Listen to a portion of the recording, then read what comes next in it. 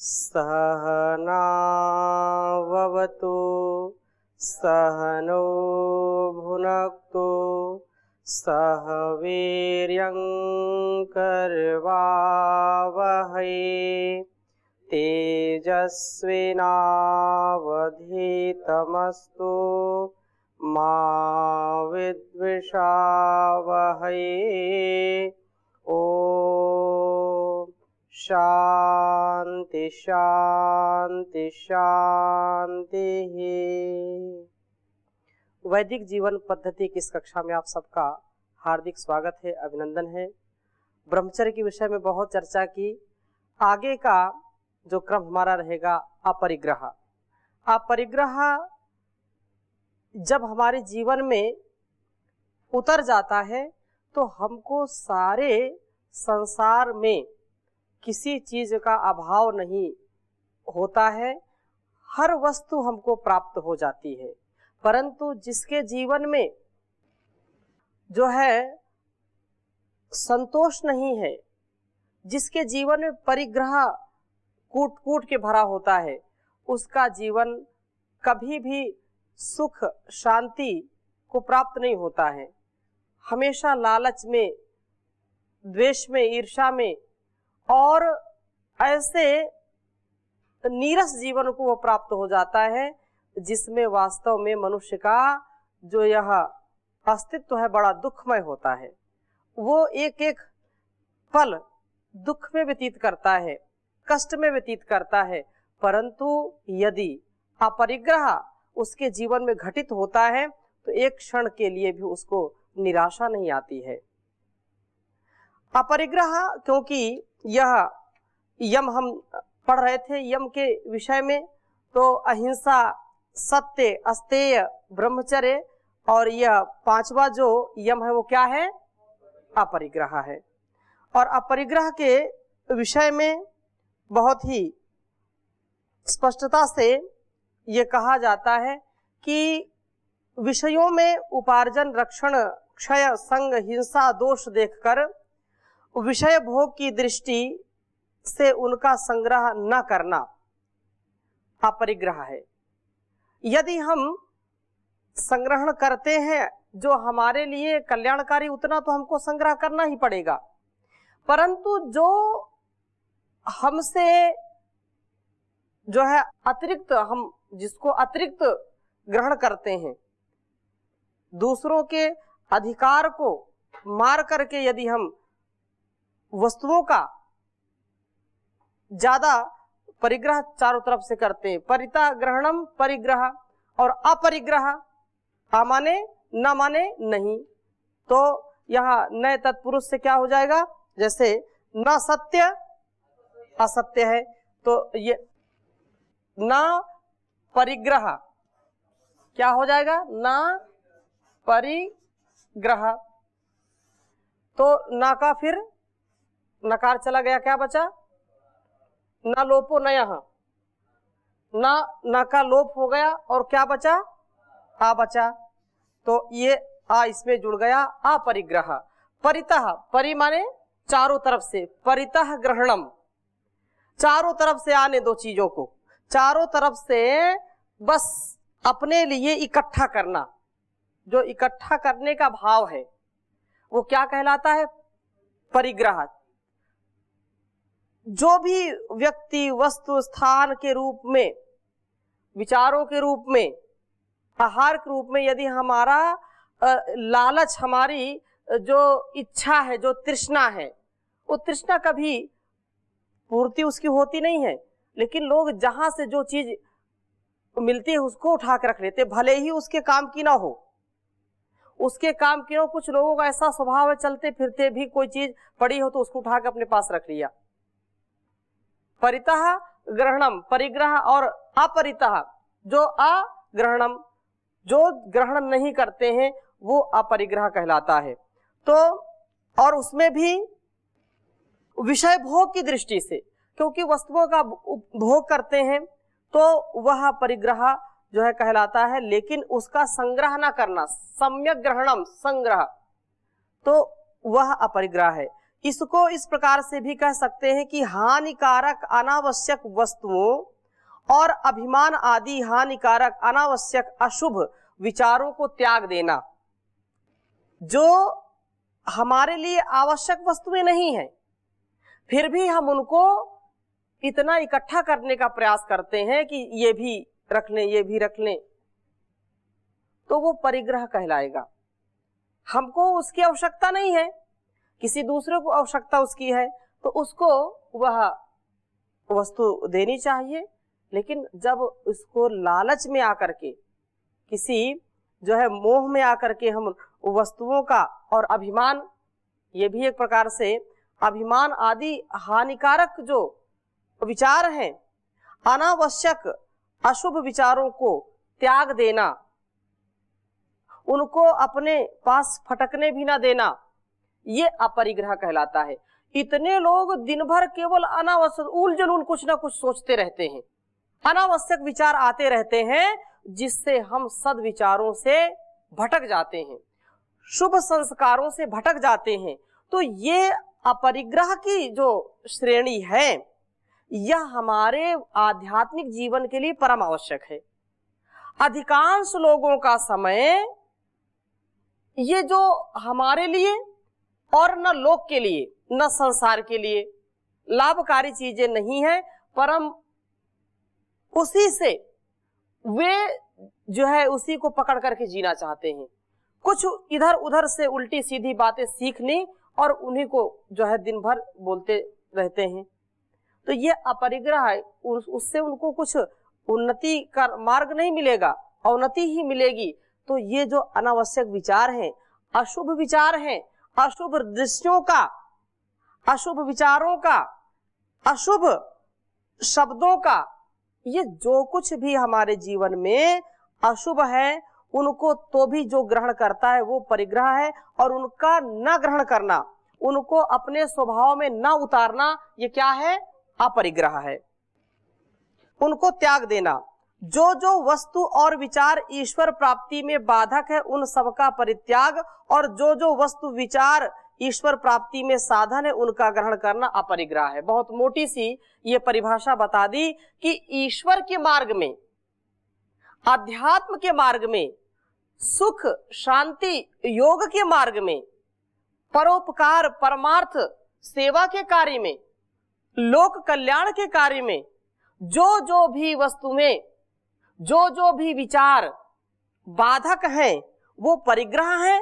और जो जो साधक हैं, अर्थात जिनको हम छोड़ करके ईश्वर के मार्ग में आगे बढ़ सकते हैं, अध्यात्म के मार्ग में आगे बढ़ सकते हैं, सेवा धर्म के शुभ कर्म के मार्ग पर आगे बढ़ सकते हैं, परोपकार के मार्ग पर आगे बढ़ सकते हैं, लोक कल्याण, जन कल्याण, आत्म कल्याण के मार्ग पर जिससे आगे बढ़ सकते हैं, वह क्या कहलाता है? अपरिग्रह कहलाता है। बहुत ही सरल भाषा में ये विशेष बात कही है। तो ईश्वर के प्रति हम सदा कृतज्ञता से और बड़े ही भक्ति भाव से हम ऐसे विचारों को हमेशा मन में रखें, हमेशा ऐसे ही कर्म करें जिससे हम कभी भी लोभ में, कभी भी लालच में, कभी भी निजी सुख के चक्कर में आकर के परिग्रह को हम प्राप्त ना हो। हमारे जीवन में अपरिग्रह अवश्य घटित होना चाहिए। इसके विषय में और बहुत से विद्वानों ने चर्चा की है, उनके भी हम यहाँ पर अनेक पुस्तकों का समावेश किया गया है।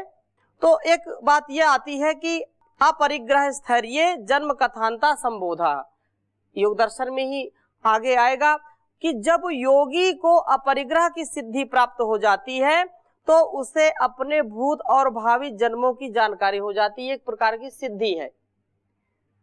अपरिग्रह यदि हमारे अंदर घटित होता है तो। और योग सार संग्रह में एक बात कही, अपरिग्रह वास्तव में क्या है, तो अपरिग्रह के विषय में आप लिख लीजिए, बहुत उत्तम बात कह रहे हैं। द्रव्याणाम अप्यनादानम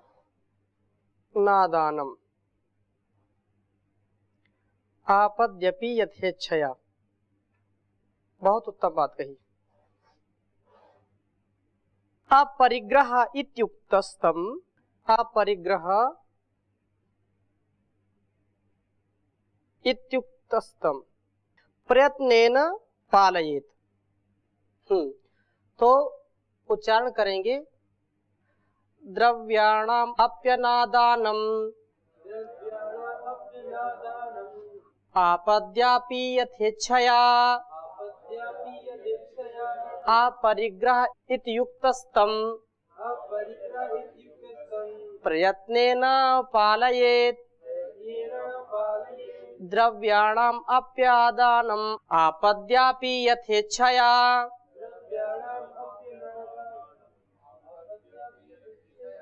देखो, द्रव्याणाम द्रव्याणाम अप्यनादानम, द्रव्याणाम अप्यनादानम आपद्यपि यथेच्छया। हाँ, अपरिग्रह इत्युक्तस्तम प्रयत्नेन पालयेत। करें कि आपत्ति काल में भी, आपद्यपि आपत्ति काल में भी इच्छा पूर्वक द्रव्य का संग्रह न करना है बड़ा कठिन काम। ये आपत्ति में तो वो लोग बोलते हैं आपत्ति काले मर्यादा नास्ति, तो उसमें मर्यादा का ध्यान नहीं रखा जाता है। लेकिन जो योग मार्ग पर चलता है, जो अष्टांग योग का पालन करता है, वो किसी भी परिस्थिति में, क्योंकि यह ब्रह्म की प्राप्ति में बाधक है, ब्रह्म की प्राप्ति में ये बाधक है, इसलिए कहा कि जो आपत्ति काल में भी इच्छा पूर्वक, यथेच्छया इच्छा पूर्वक जो है संग्रह न करना, ये अपरिग्रह कहा गया है। और प्रयत्न पूर्वक इसका पालन करना चाहिए, किसी भी स्तर से इसमें कोई भी शिथिलता नहीं बरतनी चाहिए। द्रव्याणाम अप्यनादानम, ये आपत्ति काल में भी उनका विशेष ग्रहण न करना, चारों ओर से जो परिग्रहण की स्थिति होती है, वो परिग्रह जो होता है, उस परिग्रह को न करना, उसको संयमित रखना। यद्यपि आवश्यकता होती है तो ग्रहण होता है, परंतु प्रयास यही करें कि इसका हमेशा पालन करते रहें, क्योंकि संसार में कुछ भी जाने वाला नहीं, साथ में सब कुछ यहीं पर धरा रह जाएगा। यह आत्मा जिसके लिए इस संसार में शरीर को धारण किया है, वह उद्देश्य ही आपके साथ जाएगा, जिसके लिए आपको जीवन मिला है। यदि इस शरीर में रहते रहते आत्मा की जो लक्ष्य प्राप्ति की, जो मोक्ष प्राप्ति की विशेष इच्छा है, यदि वो नहीं पूरी होगी तो पुनः आना पड़ेगा। लेकिन शरीर भी नहीं जा सकता साथ, यहाँ की वस्तुएं भी साथ में नहीं जा सकती हैं। इसलिए जो योगी होता है, जो समझदार होता है, ज्ञानी होता है, ध्यानी होता है, इन वस्तुओं पर, बाहर के पार्थिव वस्तुओं पर उसका कोई लेश मात्र उसकी तृष्णा नहीं रहती, कोई चाहत नहीं रहती है। वो सब मिट्टी के समान ही समझते, चाहे हीरे जवाहरात जो है मोती माणिक के उसको दे दिए जाएं, फिर भी उसके लिए वो मिट्टी के समान ही होते हैं। कुछ लोग लालच में बहुत ज्यादा इसके पीछे पड़ जाते हैं, वो अपने जीवन के लक्ष्य को भूल जाते हैं, वो परिग्रह में ही सदा पड़े रहते हैं। और विशेष बात कही कि द्रव्यम न भक्षयेत प्राज्ञः, जो बुद्धिमान है, और एक श्लोक लिख लीजिए, बहुत अच्छा है। द्रव्यम न भक्षयेत प्राज्ञः स्वद्रव्यम नैव पोषयेत।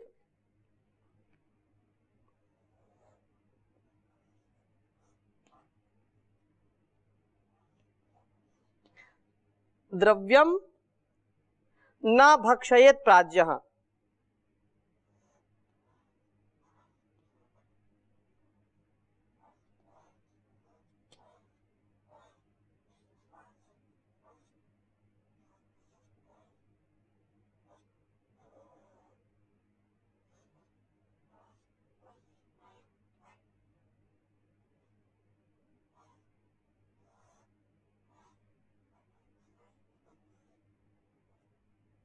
प्राज्ञः स्वद्रव्यम नैव पोषयेत्।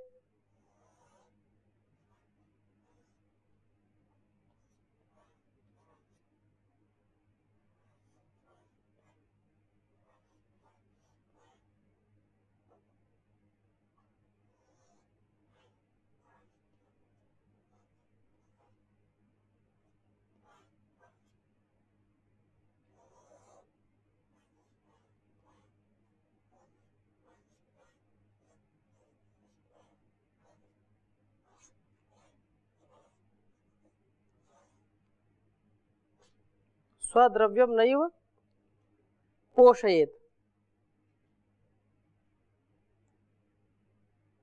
और कहा कि संतुष्टः सर्वदा नित्या सा नरो ज्ञानवान भवेत्। अपरिग्रह में जो जीता है उसके लिए विशेष बात कही, संतुष्टः सर्वदा नित्यम।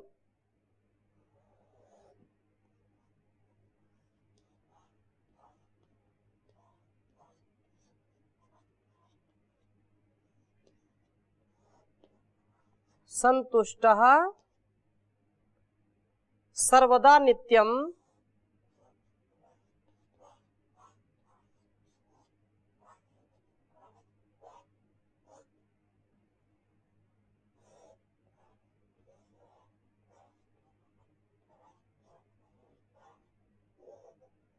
सर्वदा नित्यम सा नरो ज्ञानवान भवेत्। सा नरो ज्ञानवान भवेत्।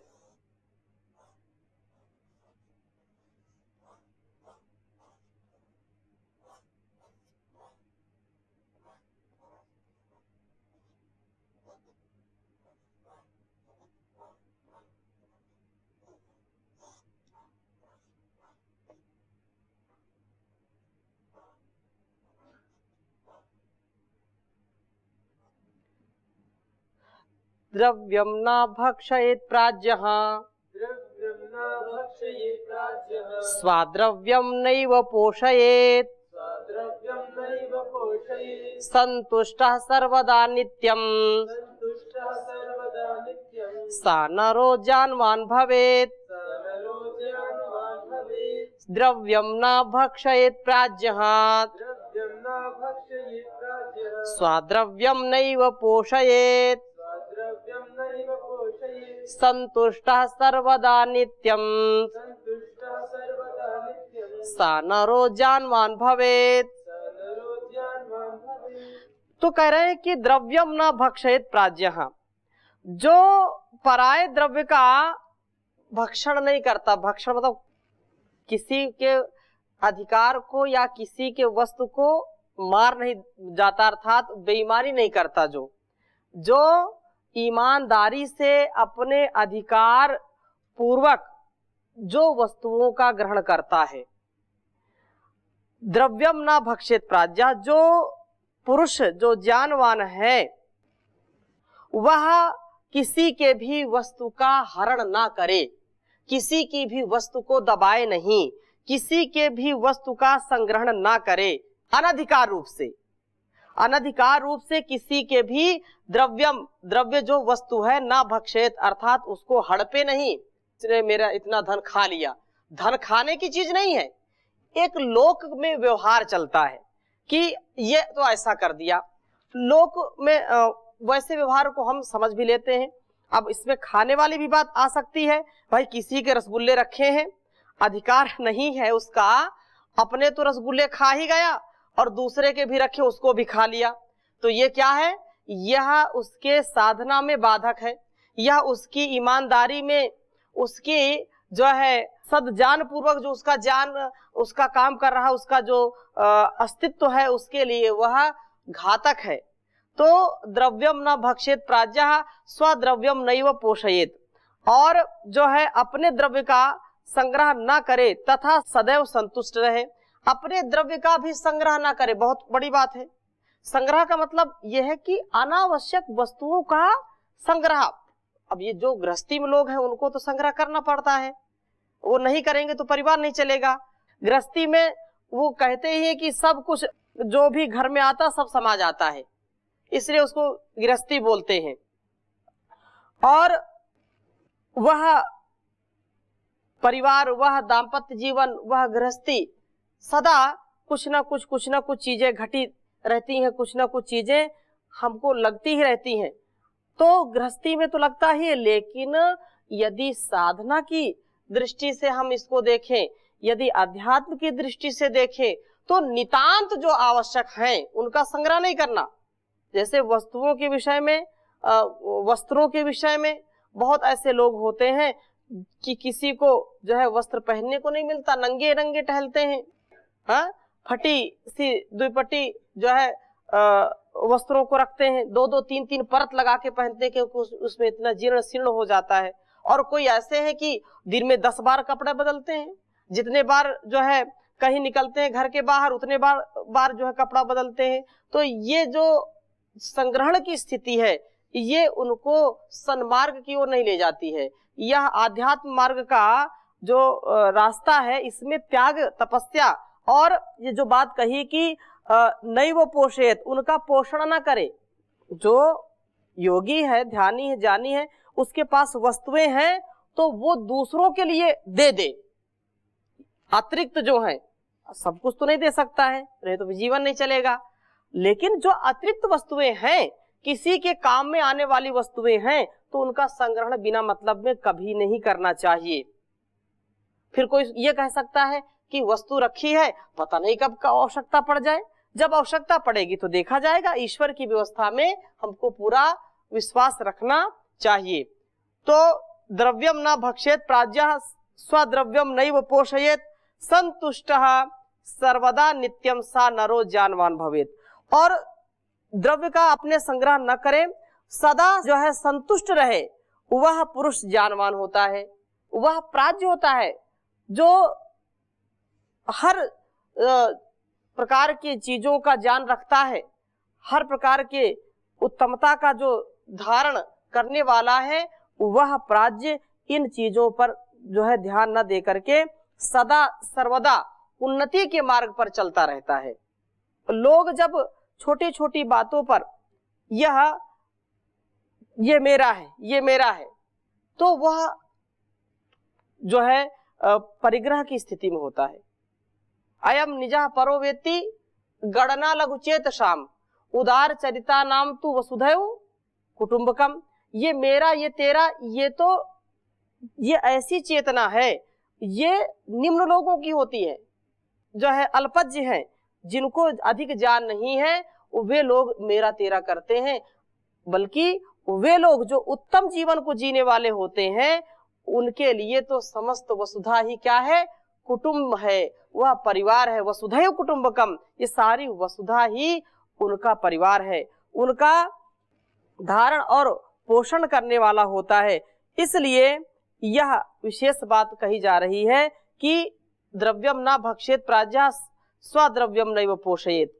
अपने भी द्रव्यों का उतनी ही मात्रा में वो प्रयोग करे जितनी मात्रा में उसकी हानि नहीं है।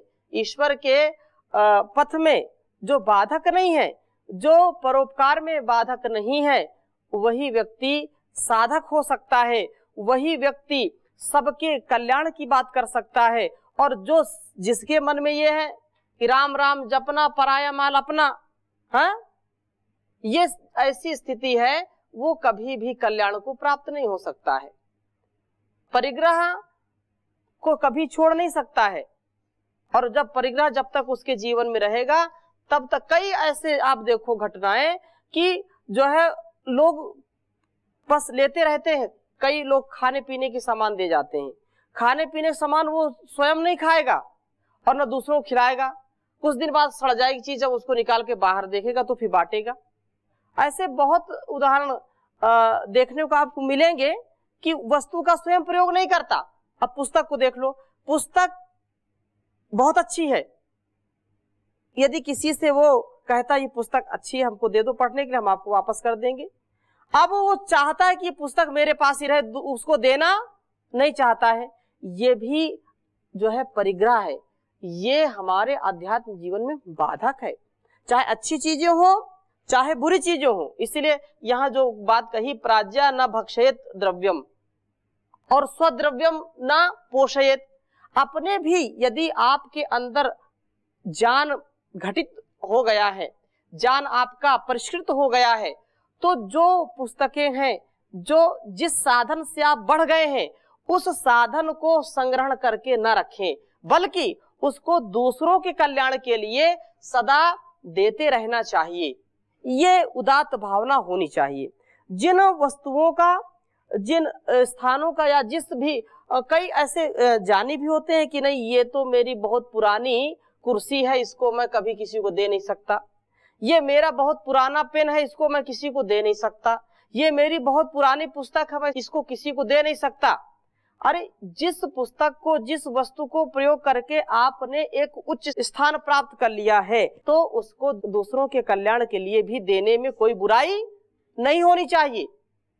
कुछ लोग स्थान में, भाई मेरा ये स्थान है, मैं यहीं पर बैठूंगा, ये भी क्या है, एक संग्रहण की स्थिति है, एक जो है परिग्रह की स्थिति है। नहीं, ये मेरा अधिकार है, ये मेरा स्थान है, ये मेरी वस्तु है, ये मेरा व्यक्ति है। ऐसा जो सोचता है, ऐसा जो विचारता है, उसका अध्यात्म का जीवन कभी भी सफल नहीं हो सकता है। उदारता से व्यवहार करे, संतुष्टः सर्वदा नित्यम, वो संतुष्ट रहे, सदा जो है अपने आप से संतुष्ट रहे, तब जाकर के जीवन में सफलता मिलेगी। तो आज यहीं पर विराम करते हैं, शेष चर्चा अगली कक्षा में करेंगे। ओम शांति शांति शांति।